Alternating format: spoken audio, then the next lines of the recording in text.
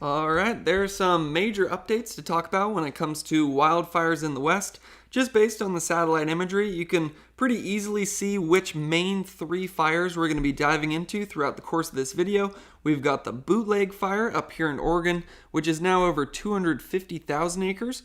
We have the Dixie Fire near Paradise, which is up around 10,000 acres right now. And a new fire that we weren't talking about yesterday, although I shouldn't actually say new fire, it's from July 4th, but up until yesterday it was only 40 acres, and then throughout the last 24 hours has jumped to over 6,000 acres. That's the Tamarack Fire right there, and I think that is the top story for the day when we go over that one. Now at the end of the video, we're going to also talk about the possibility of, unfortunately, future wildfires, the possibility of that happening. As you can see, majority of California, especially Northern California, is covered in this fire weather watch and red flag warning, especially there in the Sierras and along the central coast, where we're actually going to have the possibility of a dry lightning event. As a large amount of monsoonal moisture gets funneled in from Arizona, there's a possibility of some lightning, which, as you remember from last year, always creates the possibility for some fire starts. Just quick snapshot, I'd say overall, I don't think the setup is as large or bad as what led to those lightning fires last year, but we're certainly going to talk about it because, as you can see, a large portion of California is covered in those warnings. So just looking at some of the fires that we're going to be talking about today, we'll zoom in on the top story, in my opinion, for the day, which is the Tamarack Fire. You can see that just yesterday, it was 40 acres, and then in the last 24 hours, like I said, it has jumped to over 6,000 acres, and unfortunately, it's currently at 0% containment. So that's going to be the top story today. Again, another one of the big fires we're going to be talking about is the Dixie Fire near Paradise. Hopefully, it's not lagging too much on the live stream, because my computer certainly is lagging. I have about 40 tabs open prepared for this video. So Dixie Fire right there, if I zoom in, we should be able to actually see how many acres, and it's about 10,000 acres with 12% containment, so that is up 5% containment from yesterday, but you can see we do have some fire growth currently happening with the Dixie Fire. We'll actually look at a live shot of the Dixie Fire later in this video. That's something you can do. Go to alertwildfire.com and you can actually see live footage of a lot of the wildfires that we're talking about. The one for the Tamarack Fire, which I'll show later, is absolutely ridiculous right now. So the first big fire that we're actually going to be diving into is the Bootleg Fire. We're going to go into this one first. We'll just go from north to south, and this is the biggest, so we'll also go from largest to smallest, even though I think the smaller of the three fires, the Tamarack Fire, is the top story right now. So with the Bootleg Fire, you can see overall, I would say it looks better than it was looking yesterday. If you remember yesterday, there was a large number of these hot spots where you see those red dots outside of the previous day's perimeter. That's one of the big things I always look at when we're talking about fire growth, because if a lot of the hot spots are right near yesterday's fire perimeter, you can actually see the perimeter if I zoom in here closer. Right there looks like it's relatively slow to moderate fire growth. Yesterday, you could see these hot spots just extending far out away from the previous day's perimeter. So overall, I would say this one is looking better than yesterday, and you can actually also see that just based on the satellite imagery. There's certainly still a large amount of smoke coming off of the Bootleg Fire, but if you have to find a silver lining, I would say it's less smoke than we were seeing yesterday, although this fire does remain extremely active. So overall, for the numbers, you can see it's 280,000 acres now, and that just shows how much it was growing yesterday. I believe during yesterday's update, it was 225,000 acres, so grew over 50,000 acres in just the last 24 hours, but we did jump up a little bit of containment, up to 22% right there, and I'd say it is at least good news that it looks a little less active than it was looking yesterday. Overall, there is a large number of personnel on this fire. We have over 2,000 personnel, and then just again, the numbers, 280,000 acres, 22% containment, and I think this description right here basically sums up how this fire has been going. It has had some extreme fire behavior where you get crowning. That's where the fire is actually moving through the tops of the trees. It's not even attached to the ground. It almost becomes its own independent flame moving among the treetops. Running is where it just starts going rather fast, and then spotting is where it actually picks up some of the embers. The wind carries them, tosses them out ahead of the major blaze, and then starts new little fires. We were seeing a lot of spotting yesterday with this one, and just based on the imagery here, it looks like there is still some spotting happening. You can imagine, you get some west winds blowing over this blaze, picks up some burning leaves, burning twigs, drops it down right here, starts these new little fires, and then those attach with the major blaze again, leading to some fire growth. So overall, I would say this fire still looks active, although slightly better than yesterday. It's going to remain active, unfortunately, because we still have very dry conditions, very warm conditions, and unfortunately, windy conditions as well. Now, early this morning, it wasn't all that windy, but as we're picking up into the afternoon now, you can see the wind is picking up as well, getting some gusts up to 25 to 30 miles per hour. And that is what leads to some of that faster fire growth and some of that spotting behavior. Now, when it comes to our top 3 fire weather variables, again, these 3 are important. Temperature, that just kind of makes sense. The warmer it is, the worse wildfire danger is going to be. Wind, mostly for spreading the fire growth, supplying more oxygen to the fire, and then also leading to that spotting we were talking about. And then humidity on the bottom here. The reason that's important, in my opinion, wind and humidity are actually the top 2 important ones.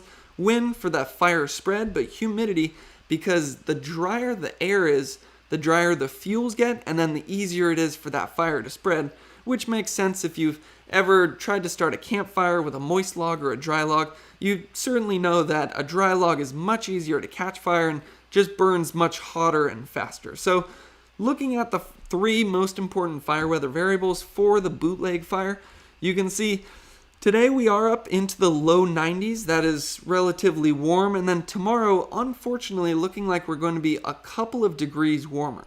Now, while that's not the best news, I would say it could be worse. Remember, it wasn't all that long ago when all of Oregon was covered in that excessive heat warning and we had temperatures around 115 degrees. So while 92 degrees is certainly still hot for tomorrow's forecast, it could be worse. And then when it comes to the winds, you can really see how those winds pick up in the afternoon hours, where you see some of these gusts coming in this afternoon up over 20 miles per hour, and then the winds drop down overnight almost to 0 miles per hour, and then jump back up again throughout the afternoon hours once again. Now, just based on this, it looks like the winds might be weakening a little bit tomorrow. That would certainly be some good news there.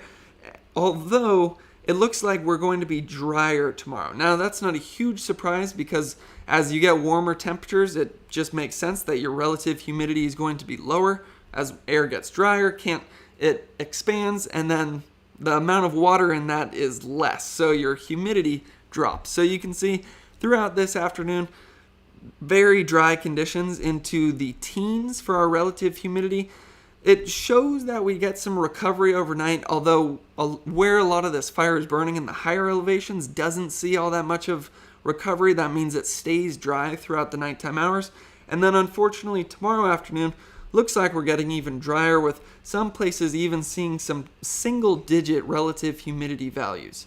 So overall for the Bootleg Fire, I would say we're looking better than yesterday, although if I had to make a prediction, I would say that this fire is certainly going to be continuing for at least the next few days, as we still have very warm, dry, and windy conditions. Now, if we look at the... Oh, actually, before we go to the next fire, I knew there was one more link in here that I wanted to show. I usually don't show evacuation maps in my videos because by the time you're watching this, the evacuation warnings might change. But I do want to just show this one because they put together this great map where you can actually click on where the fire is, the heat perimeter, where the level 3 evacuations are, where you should leave immediately, and then where the level 1 evacuations are, where it's just be ready to evacuate. So that link is in the description. Again, don't look at this map and think that's the evacuation warnings right now, be sure to check the link in the description and go to that for the current evacuations for the Bootleg map. So that's the Bootleg Fire. The next one we'll talk about is traveling a little bit farther south down to the Dixie Fire, which is near Paradise. You can see some of that smoke coming up. Overall, I would say it looks like a little bit less smoke than we were seeing yesterday, which is some good news there.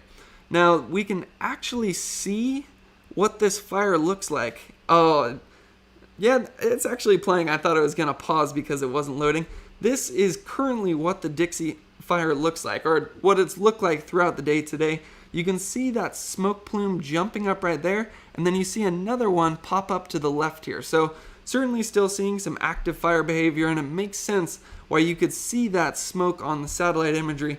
It's because this fire still remains active, and you can see the direction that smoke is going. It looks like it's relatively strong winds throughout the area, just based on how flat that smoke plume looks. Right when the smoke goes up, it immediately starts moving off to the north, and that gives you an idea of how strong the winds are in this area. So if we actually want to look at the Dixie Fire, we'll zoom into the fire perimeter map here, and a few things to point out on this. First, we'll just look at the overall heat signatures. You can see there are unfortunately a large amount of those hotspots outside of yesterday's fire perimeter. So like I was saying, when it comes to the Bootleg Fire, when you have those hotspots outside of yesterday's perimeter, that means the fire is still actively spreading forward. Now, if we need a silver lining, I would say we can find some, because most of that fire growth is to the north here. The main reason for that is our predominant wind direction has been from the south and southwest, so it's been spreading this fire to the north. But if we had to choose a direction for this fire to move, that is the direction we would pick. Because if you look to the west and to the south, that's where we have cities like Sterling City, Paradise, Concow. So the fire is still actively growing, but it's not moving closer to any of those major cities that have certainly seen enough wildfire in the last decade. Now, to summarize that point, I think the best way to show that is looking at the Dixie Fire incident update, where right there, I can't highlight it, but you can see structures threatened, 0 right now, structures destroyed, 0. So overall, this fire is looking relatively good, I would say, just considering the possibilities of what this fire could be doing right now. The winds have been mostly from the south, fire growth mostly to the north, away from our cities. But when it comes to the numbers, you can see we did get some fire growth yesterday. We're now up to close to 10,000 acres and about 12% containment, so that is up a little bit from yesterday as well, so that's some good news. When it comes to the personnel on the fire, you can see we're now over 1,200 personnel with 50 crews. And before we look at the instruments, I just want to point something out when it comes to how the firefighters are strategizing to fight this fire.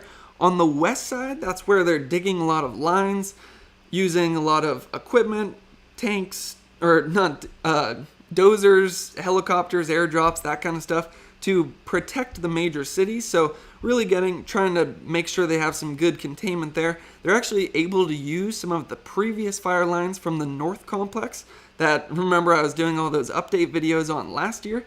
But the really cool strategy that they're using is on this east side, they're actually using a train from the Union Pacific Railroad, which can hold over 100,000 gallons of water. It's also been shipping in firefighters to fight this eastern edge, which is pretty awesome in my opinion. I've never heard of a train helping to fight wildfire, so that's pretty cool to see there. Very interesting strategies going on when it comes to this fire. You can actually listen to those strategies on the Plumas, I think it's the Plumas County Facebook page. You're able to actually listen into the reports that they're giving. Very interesting strategy. Now, when it comes to the equipment we have 10 helicopters. Again, they can't always use their aircraft just in case there's a large amount of smoke. That's when you're not able to do things like drops, but they have been using that when they can, when there's enough visibility. They've got 84 engines, 17 dozers, 16 water tenders, and like I said, there is also a train helping on that fire. So looking at the winds, you can see that same direction is expected to continue into this afternoon. You can see the wind gusts do come up in the afternoon. That is why we have some active fire going on with the Dixie Fire right now. You can see the wind direction though from the south. So like I was saying earlier, if we had to pick a direction for the wind to be blowing, that's the right one. It's blowing this fire away from cities like Concow and Paradise. Now, when it comes to the rest of our fire weather variables, you can see that we are still warm. We're up into the upper 80s. Wind speeds, it only shows around 10 miles per hour, but we do have some gusts in the mountains and valleys getting up to 20 to 25 miles per hour. As you could see just how fast that smoke plume was moving in that video of the shot. It is a time lapse, but based on how flat the smoke looks in this video, it tells you that there are some strong winds in the area. Now, when it comes to the humidity, I think this is actually one of the biggest factors when it comes to this fire. We have very low humidity in the afternoon hours. You can see we're in the teens, and we're not getting good humidity recoveries in the overnight hours. You can see we just go up to 32%, so it's still dry, which means the fire can still grow basically 24 hours a day, which is some of the activity that we've been seeing. Now, this will be a little tease towards the major subject that we're going to be talking about at the end of this video, but you're probably looking at this bottom column here where you can see there is the possibility of some thunder coming in starting at about 5 p.m. on Sunday and lasting throughout Monday morning. It looks like they have it ending at about 11 a.m. on Monday morning, and that's one of the big stories we'll talk about at the end of the video, the possibility of future fire starts, as there is some dry lightning and moisture possibly moving into much of California, again, Sunday 5 p.m. through Monday morning. Now, we'll move on to our next fire, and I think this is actually the top story for the day. This is the Tamarack Fire. We weren't talking about this one yesterday. If you look back on the imagery yesterday, you're not going to see very much smoke at all. Right where my mouse is right now, where you see that smoke coming up, it actually looks more active than the Dixie Fire right now. And the reason we weren't talking about this yesterday is because it was only 40 acres. This fire actually started on July 4th.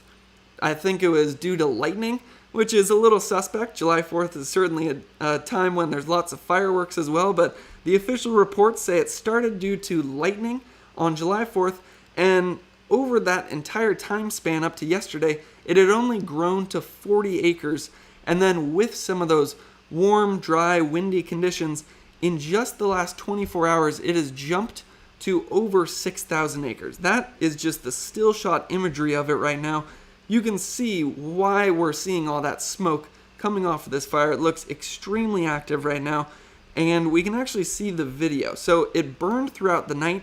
You can see large amounts of smoke, and then as we get into the warmer, drier, windier parts of the day, which is as of right now, you just see this smoke increase and increase, and they actually have to readjust the camera angle because that smoke plume is going so high.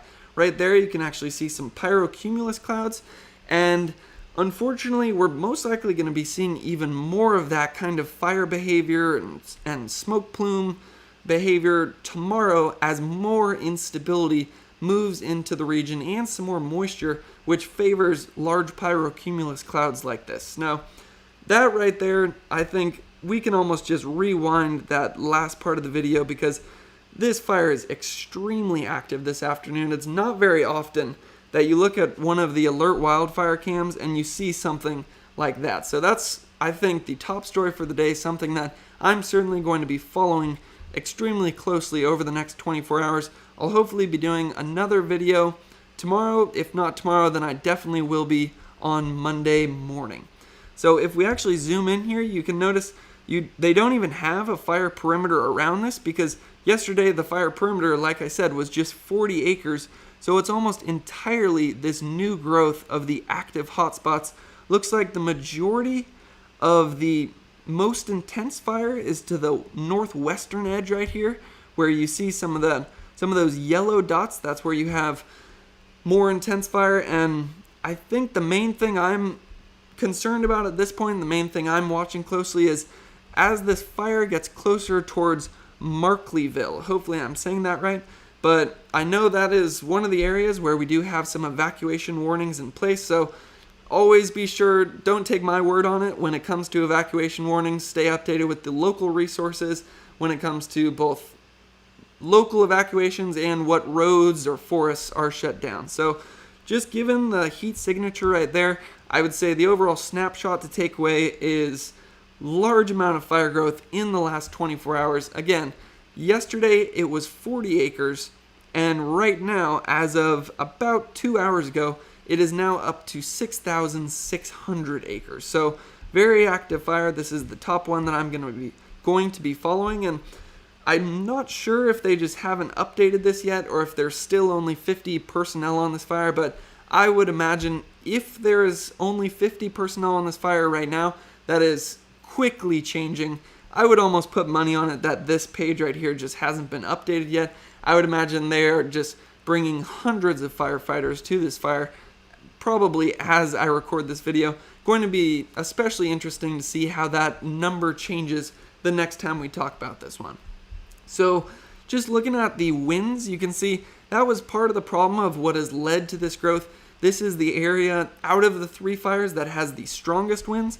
Right there, I just used the lat lawn for where they have this fire centered, but that means that there's possibly even stronger winds around this spot. It's just kind of an arbitrary point right there, but it means that in the drainages, the canyons, you're going to have some gusts getting up to 40, possibly 45 miles per hour if you have 30 mile per hour gusts in just this random point that I picked in the middle of the fire.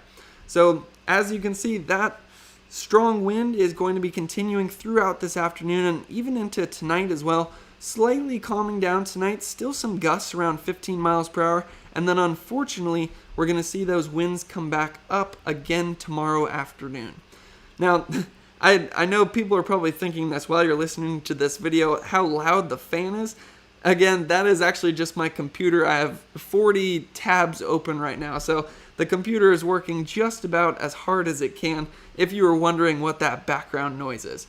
So just looking at the rest of the fire weather variables for the Tamarack Fire, I would say there's some good news if we need a silver lining with this one because it has been so active over the last 24 hours. The good news, I would say, is right now, the forecast high for today, that's up into the upper 80s. Tomorrow, slightly cooler, just a few degrees cooler. So again, we're kind of stretching to get a silver lining there because it is still relatively warm in the mid 80s. It looks like they're also expecting slightly calmer winds tomorrow, which is a silver lining as well, although we do have those gusts coming in this afternoon, which you could see is really blowing up that fire just based on that live imagery that we're looking at right there. Makes sense when you combine the high 80-degree temperatures with those 25 to 35 mile per hour wind gusts with relative humidity in the low teens. Now, where the bad news comes in is the possibility of that future lightning event. You can see that starting at about 6 p.m. on Sunday, they show a 10 to 20% chance of thunder and dry lightning moving into this exact same area. And what worries me about that is if you get a thunderstorm, that means you can get some locally gusty winds where as the thunderstorm moves through, it gets extremely windy. And you can see at about 11 p.m. to about 4 a.m. from Sunday night to Monday morning, we then have about a 30 to 50% chance of thunder and dry lightning. So I would say that is one of the main things that I'm going to be looking at with this fire, how it interacts with the possibility of these thunderstorms moving through Sunday night into Monday morning. So I'm going to do a full forecast on that lightning event at the end of the video, but first I just want to wrap up these first 3 fires. The Bootleg Fire up here in Oregon, Dixie Fire here near Paradise, and then also the Tamarack Fire, which has jumped up in the last 24 hours. You can see those are kicking off less smoke than yesterday, which is good news, but certainly still some smoke. So one concern is always air quality. You can see current air quality you can actually see where the fires are based on this air quality map. You have near the Bootleg Fire, you have that unhealthy for sensitive group region. Near the Dixie Fire, you have just straight up unhealthy air. And then over the Tamarack Fire, you have the largest area of unhealthy air. Not a big surprise there, as that fire is kicking up a large amount of smoke right now. Now, if we look at the forecast for the rest of the day, again, we're still going to be warming up, getting a little bit drier, and seeing some stronger winds. So these fires will continue to kick up over the next couple of hours. So the overall forecast is showing a larger area of both Oregon and California moving into that unhealthy air category. Now, if we look at the forecast for tomorrow, looks like very similar conditions to today, except possibly even a little bit worse, as it looks like they are certainly expecting that Tamarack Fire to continue to produce large amounts of smoke.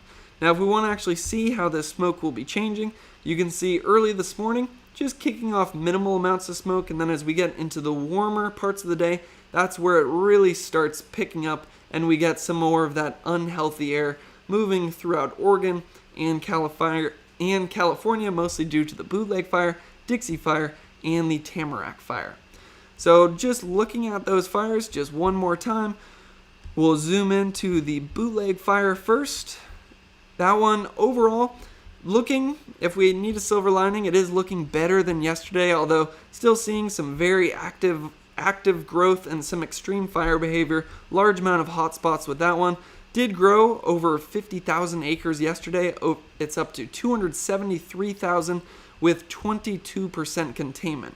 Now, the second fire that we talked about throughout this video was the Dixie Fire.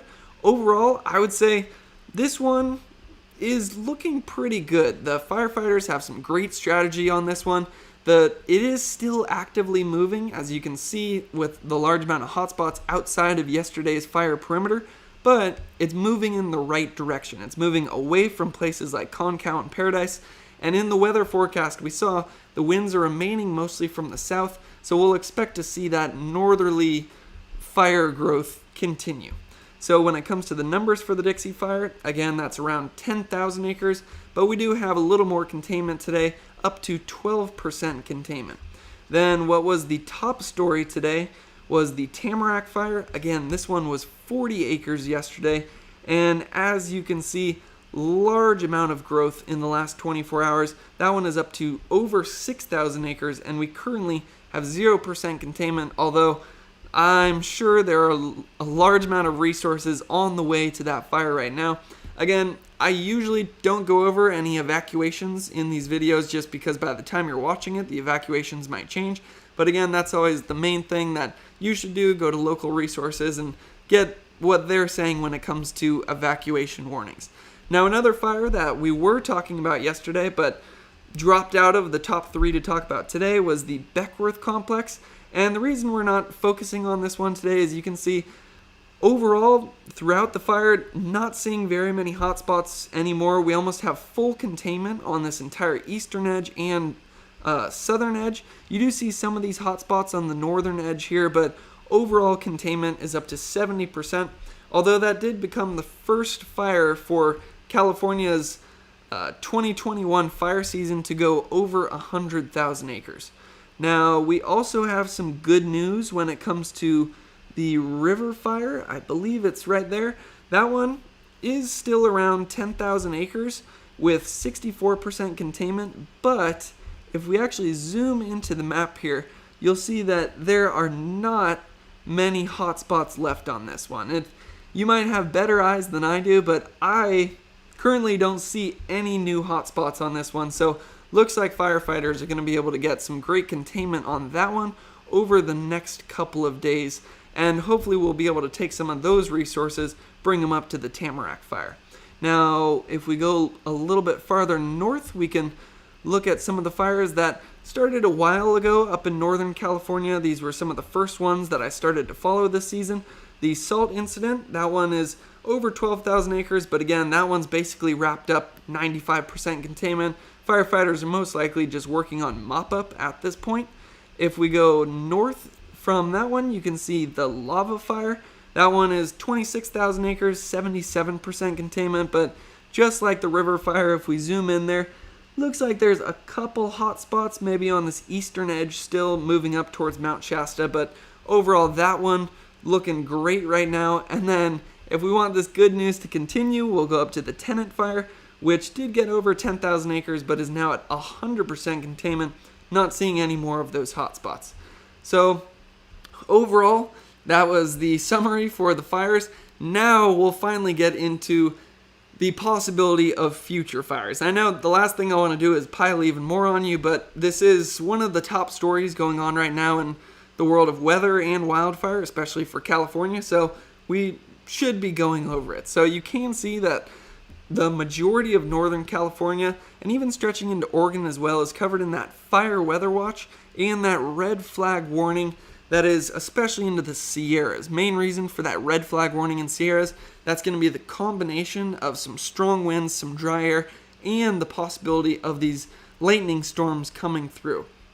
So to understand really what's been happening over the last week and what's going to happen over the next week, this map basically sums it up. So from Tuesday, Wednesday, and Thursday, we had this cold air mass up by Washington starting to push into California, and that actually dropped our temperatures down throughout the week. And that's why fires like the Beckwourth Complex, they were able to actually really get some great containment on it, made some great progress on a lot of those other fires we were talking about. It was as that cold air mass came in, brought some cooler, better conditions when it comes to fighting wildfire. Now, the reason that we started to cool down was most of that heat that we had over us when a lot of those fires started moved off into places like Arizona and New Mexico. You can see that high pressure system right there, but that is actually what's creating the future fire threat. So as that high pressure system continues to strengthen, you can see it's moving up almost over Utah, Colorado, into Wyoming and Montana. So the good news is that that heat isn't directly over us. If that heat was directly over us, we'd be back into the temperatures like 105, 110, but instead we're just in the mid 80s to mid 90s for a lot of our locations. Now the bad news is where this ties into the wildfire and lightning threat. Now, if you think of the circulation around this high pressure system, promise we're not going to get too technical here, but it's basically spinning clockwise.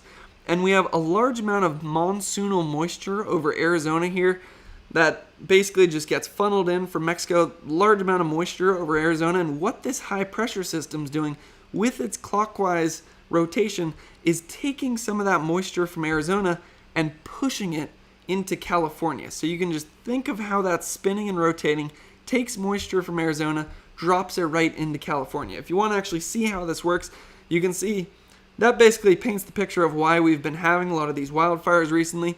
A large area of dry air directly over much of Northern California, the Sierras as well. And then you can see that large amount of moisture over Arizona and New Mexico. Now, as we click forward into Sunday afternoon, into Sunday evening, you see that moisture really start to funnel into California. And it's at this point, getting into Sunday evening, into early Monday morning, that we have the possibility for some lightning storms moving through especially the central coast and into the Sierras as well. Those look to be the two spots that have the highest chance for these thunderstorms to move through, and then that moves right out, and then we're back to the usual California summer pattern where we have dry air. Now you might be thinking, should be good news as moisture moves in. Unfortunately, at the surface, we still have a lot of dry air. This is showing the upper level moisture where those thunderstorms are going to be formed. At the surface, we're still extremely dry, which explains also why it's a dry thunderstorm. But if it does rain at all, by the time it actually gets near the ground, it's evaporated through that drier part of the atmosphere closer towards the surface. Now, moisture is one of the factors that is required for these thunderstorms to form. I'm actually going to click through it again just because I think this is such an amazing graphic that shows how this is happening. Dry air over California, moisture over Arizona. The high pressure system with its clockwise flow takes that moisture from Arizona, brings it right into California, creates the possibility for some thunderstorms. Now, the second part of the recipe when you have when you're looking at thunderstorms. One is the moisture. The second one is, again, not trying to get too science here, but it's called convective available potential energy. You can just think of this as fuel for thunderstorms. So you can see a lot of that fuel over Arizona right there. Majority of California just completely in the clear as of right now. But as we get into Sunday evening, you're going to start to see some of that thunderstorm fuel work its way into Southern California, into the Sierras, and then eventually over the Central Coast as well. So right there, I think that summarizes why I think the key areas for concern when it comes to this dry lightning event are, one, in the Santa Cruz Mountains here, where we see a large amount of that available potential energy, and then also up into the Sierras, just because that's a place where we often have a lot of instability and thunderstorm potential. So if we look at the final composite, we've got our factors together. It's bringing in moisture, it's bringing in energy, both of those combined to create the possibility of some thunderstorms. You can see them over Arizona right there, and then as we start to get into Sunday evening, that's where they move into California. Possibility of some moving through the Santa Cruz Mountains, but most of that action is up into the Sierras before that finally moves on out. So that's going to be one of the main things I'm following. Certainly going to be looking at the radar over the next couple of days into Monday morning to see what kind of thunderstorms end up happening with that. And right now, again, I think this is just a great graphic to show. Fire weather watch. Although I focused on the Central Coast and the Sierras, you can see that the fire weather watch basically covers all of Northern California. I'm also going to be keeping a close eye on how the strong winds from these possible thunderstorms interact with some of our fires, because that could have the possibility of more active fire growth. And then obviously it's the possibility of new fire starts, which is the main reason that we're talking about this. Now, I know what you're probably thinking at this point. When you hear about a lightning event, you see that there's thunderstorm chances returning. Sunday's 15 to 25%, Monday 25 to 50, then even still some sticking around on Tuesday. You're most likely thinking back to last season, where that huge lightning storm moved through California and started hundreds of wildfires across the state, kicked off the wildfire season, the largest wildfire season of all time. We had the LNU Lightning Fire Complex, the SCU Lightning Fire Complex, the CZU Lightning Fire Complex. That's probably what you're thinking about as I'm showing these maps, showing some thunderstorms moving through. But the good news is, I would say I was forecasting that system last year, and I'm currently forecasting this one now. And we talked a lot about the different factors that go into thunderstorm potential, like moisture, instability, potential energy. Last year was like nothing I've ever seen before. That is a very rare storm for California. The last time, I actually looked back in history to see when was the last time we had that many lightning strikes throughout California, and it hadn't happened in over a decade. This current system looks like there's the possibility of some dry lightning and some thunderstorms, but nothing compared to that system we had last year. So I'd say that is the good news there. If we need some good news right now, which I think we do, because as you can see, still some fires going on right now. Bootleg, Dixie, Tamarack, still some warm, dry, windy conditions, expecting some more fire growth over the next couple days, and the possibility of some lightning coming in. So certainly good to see it's at least not as bad as last year yet. But I will continue to create these updates as this fire season progresses. Hopefully this video was helpful, and thank you for watching.